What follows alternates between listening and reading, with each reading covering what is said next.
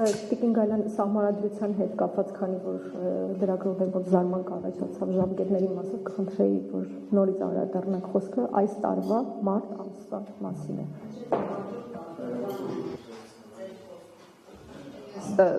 Գուցե վրիպեցի,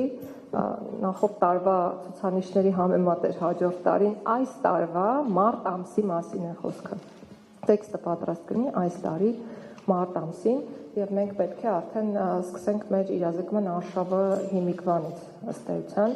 որովհետեւ կան բազմաթիվ հարցեր, որոնք քննարկվել, քվեարկվել, ընդունվել են այլևս խորհրդի կողմից եւ մենք պարտականություն ունենք հանրության հետ կոմունիկացնելու այդ հարցերը, որպեսզի մարդիկ տեղյակ լինեն, թե ինչի մասին է խոսքը։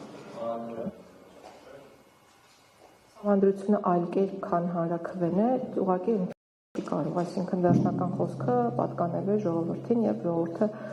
ազատ ընտրությունների միջոցով հնարավորություն է ունենալու արտահայտել կամքը կողմ կամ դեմ քվեարկելով սահմանադրության նոր տեքստի ընդունմանը։ Շնորհակալություն, Տիկին Գալյան, քանի որ մենք նախապես հարցերը հերթագրել ենք, ըստ հերթականության կշարժվենք եւ առաջին հարցը Ֆակտոր TV Ռոզա Վարդանյան։